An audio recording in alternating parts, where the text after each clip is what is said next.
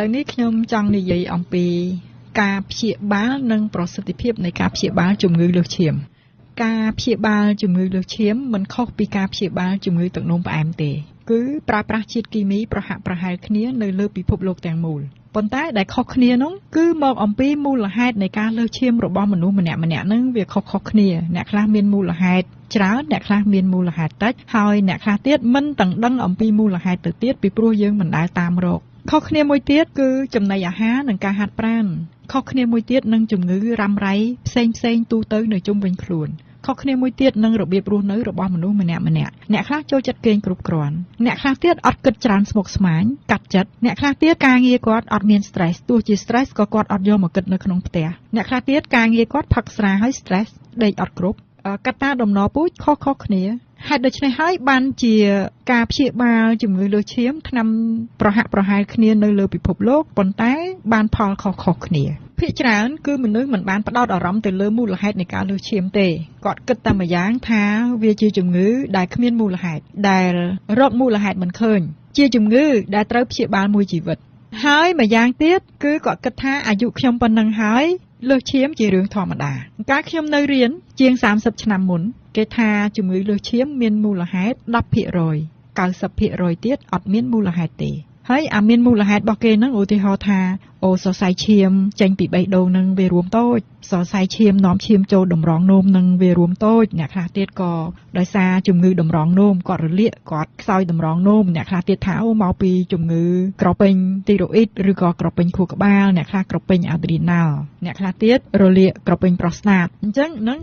ដាក់បូកចូលគ្នាឃើញតែ 10% ទេអញ្ចឹងនៅសល់ 90% ទៀតគឺលើសដែលគ្មានមូលហេតុហើយទាំងអស់គ្នានឹងនាំគ្នាញ៉ាំថ្នាំដូចគ្នាគឺថ្នាំនឹងគ្រាន់តែដាក់សម្ពាធឈាមឲ្យធ្លាក់ចុះក្រោមអ្នកខ្លះទៀតដាក់មួយមុខអត់បានដាក់ពីរមុខអ្នកខ្លះដាក់3មុខអ្នកខ្លះដាក់ព្រឹកហើយដាក់ល្ងាចទៀតហើយអ្នកខ្លះថាមកពីគាត់ហូបអំបិលច្រើនភាគច្រើនក៏ពិតមកពីខ្វះអំបិលបានតែគាត់លើសឈាមយ៉ាងហោចខ្វះអំបិលប៉ូតាស្យូមហើយអ្នកខ្លះលើសឈាមអត់ហ៊ានឲ្យគាត់ញ៉ាំអំបិលប៉ូតាស្យូមទេអញ្ចឹងសំខាន់មនុស្សខុសគ្នាអញ្ចឹងយើងទៅមើលថាតើអំបិលរបស់គាត់ត្រឹមត្រូវឬក៏អត់អាហារទ្រទ្រង់សុខភាពនៃការលើសឈាមរបស់គាត់ត្រឹមត្រូវឬក៏អត់សម្បើកវងកញ្ចក់មនុស្សយើងនៅពេលដែលអត់ទាន់កើតជំងឺលើសឈាមគឺគេមានអាហារទ្រទ្រង់មួយចំនួនធំដែលយកចេញអំពីបន្លែយកចេញពីផ្លែឈើយកចេញពីសាច់ដូចជាស្ងោរស៊ុបដូចជាពងមាន់ជាដើមពងមាន់ឆៅមិនមែនពងមាន់យកទៅចៀនឬមួយក៏ពងមាន់គោះធ្វើនំពងទា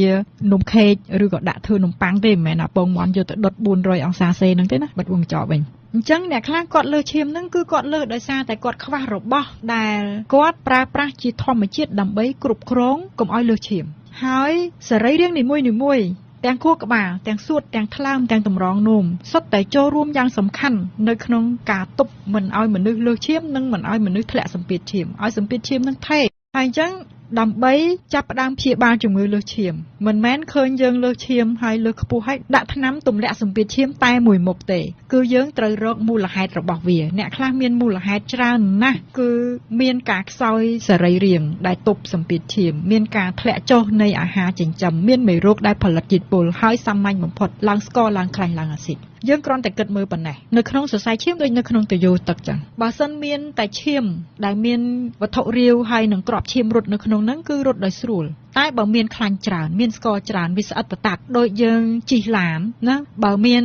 តឡាននៅលើផ្លូវអត់អីទេតែមានម៉ូតូផងមានកង់ផងមានអ្នកថ្មើរជើងផងវាចង្អៀតចឹងវាណែនវាតឹងអញ្ចឹងហើយវាចាល់អញ្ចឹងនៅក្នុងករណីដែលឡើងស្ករឡើងខ្លាញ់ឡើងអាស៊ីតបើមិនលើសឈាមថ្ងៃក្រោយគង់តែលើសទេហើយពេលដែលលើសមកដល់ហ្នឹងគឺលើសតាមរបៀបខូចសរសៃឈាមតែម្ដងគឺសរសៃឈាមហ្នឹងអាចក្រិនអាចខូចសរសៃឈាមបេះដូងអាចខូចសរសៃឈាមខួរក្បាលអាចខូចសរីរាង្គភេទអាចខូចសរសៃឈាមចិញ្ចឹមដៃចិញ្ចឹមជើងអាចខូចសរសៃឈាមភ្នែកឬក៏សរសៃឈាមតម្រងនោមដោយសារអីកាលណាសម្ពាធវាខ្លាំងដូចយើងប្រឹងផ្លុំពេទ្យប៉ោងពេលដែលប្រឹងផ្លុំពេទ្យប៉ោងទៅគឺអាបេះដូងហ្នឹងវាចុះខ្សោយចឹងវាឡើងសម្ពាធនៅក្នុងបេះដូងហើយអាខាងក្រៅហ្នឹងវាក្រិនសរសៃឈាមហ្នឹងពេលដែលបេះដូងប្រឹងខ្លាំងទៅវាអាចនឹងផ្ទុះវាអាចនឹងបែកអញ្ចឹងហើយបានគេដាក់ថ្នាំទុកដើម្បីកុំឲ្យបេះដូងក៏មិនបាច់ប្រឹងខ្លាំងហើយសរសៃឈាមហ្នឹងក៏វាទន់បន្តិចកុំឲ្យវារឹងកញ្ជ្រឹះពេកពិបាកផ្លុំពិបាកបាញ់ឈាមចូលទៅដូចយើងពិបាកនឹងផ្លុំខ្យល់ចូលក្នុងពេទ្យប៉ោងដែលជញ្ចាំងរបស់វាក្រាស់ខ្មឹកហើយអត់ព្រមយាអញ្ចឹងសរសៃឈាមហ្នឹងគេហៅថា elastic គឺវាយឺតវាយាហើយវាស្វិតពេលបេះដូងច្បាច់ឈាមទៅអាសរសៃឈាមហ្នឹងវារីកណា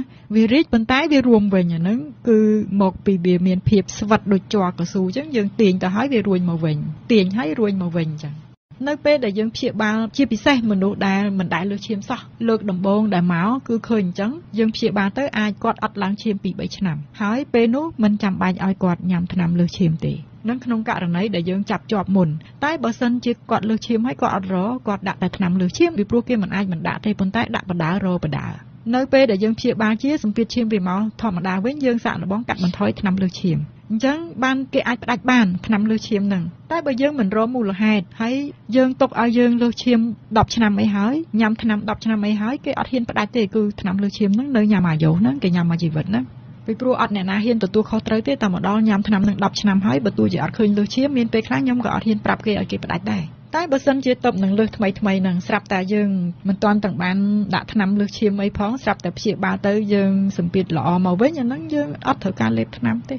ហើយចឹងត្រឡប់មកវិញយើងនិយាយអំពីការព្យាបាលជំងឺលើសឈាមក្នុងករណីដែលយើងញ៉ាំតែថ្នាំលើសឈាមយើងមិនខ្វល់ទៅមើលជាតិពុលមិនខ្វល់មើលសរីរាង្គមិនមើលថ្លើមមិនមើលសួតមិនមើលច្រមុះមិនមើល sinuses មានន័យថាប្រហោងឆ្អឹងនៅក្នុងមុខមិនមើលតម្រងនោមមិនមើលមេរោគជំងឺកាមរោគមិនមើលកពេញប្រូស្តាតមិនមើលទ្វារមាសការព្យាបាលបែបហ្នឹងគឺត្រូវហើយគឺយើងព្យាបាលមួយជីវិតហើយមួយជីវិតហ្នឹងអត់សូវមានសុវត្ថិភាពទេគឺមិនដឹងថាថ្ងៃណាវាឡើងទេមិនដឹងថ្ងៃណាវាបែកទៅសរសៃឈាមទេអញ្ចឹងយើងគួរតែឆែកមើលគ្រប់មូលហេតុដែលធ្វើឲ្យសរសៃឈាមក្រិនគ្រប់មូលហេតុដែលថាមានជាតិពុលច្រើនមានស្ករច្រើនមានអាស៊ីតច្រើនមានខ្លាញ់ច្រើននៅក្នុងសរសៃឈាមដែលចង្អៀតធ្វើឲ្យយើងមានការលើសឈាមហ្នឹងហើយបើសិនជាយើងធ្វើបានអានឹងការលើសឈាមរបស់យើងនឹងតិចតួចហើយវាអត់មានផលវិបាកធំដុំផលវិបាកធំដុំហ្នឹងគឺវាធ្វើឲ្យខូចតម្រងនោមនិងភ្នែកខូចមុនគេតម្រងនោមហ្នឹងវាជាសរសៃឈាមតូចៗដើម្បីចម្រោះជាតិពុលចេញទៅតាមទឹកនោមហ្នឹងគឺសរសៃហ្នឹងតូចៗណាស់ហើយនៅពេលដែលលើសឈាមពេលដែលសម្ពាធឈាមបុកឡើងខ្លាំងគឺវាបែកសរសៃឈាមតម្រងនោមហ្នឹងអញ្ចឹងវាធ្វើឲ្យយើងនឹងខ្សោយតម្រងនោមមិនអាចចាក់ជាតិពុលចោលបានពេលដែលចាក់ជាតិពុលចោលអត់អស់ហើយទៅចាក់តែអំបិលចាក់តែសាច់ចាក់តែឈាមទៅតាមទឹកនោមអាហ្នឹងគេហៅលាងឈាមហ៎នៅពេលដែលសល់ជាតិពុលច្រើនពេកបើមិនលាងឈាមចេញទេយើងអាចវង្វេងហើយយើងអាចក៏ហើមសួតក៏អាចហើមខួរក្បាលចឹងឯងបាននៅពេលនោះគេចេះតែឲ្យយើងទៅលាងឈាមនៅក្នុងករណីដែលផលវិបាកដល់ដំណាក់កាលចុងក្រោយហើយផ្ទុយទៅវិញអ្នកជំងឺដែលខ្សោយតម្រងនោមគឺបើទោះជាមិនលើសឈាមក៏គេដាក់ថ្នាំលើសឈាមគេមិនអាចឲ្យសម្ពាធឈាមលើសពី135លើ90ទេព្រោះតែលើសហ្នឹងគឺតម្រងនោមខូចកាន់តែខ្លាំងចឹងឯងគេដាក់ថ្នាំទប់សម្ពាធឈាមមិនឲ្យវាផ្ទុះឡើងលើដើម្បីកុំឲ្យយើងខូចតម្រងនោមព្រោះតែកាលណាសុកកំពុងតែឈឺតម្រងនោមអាសម្ពាធឈាមហ្នឹងវាឡើងដល់150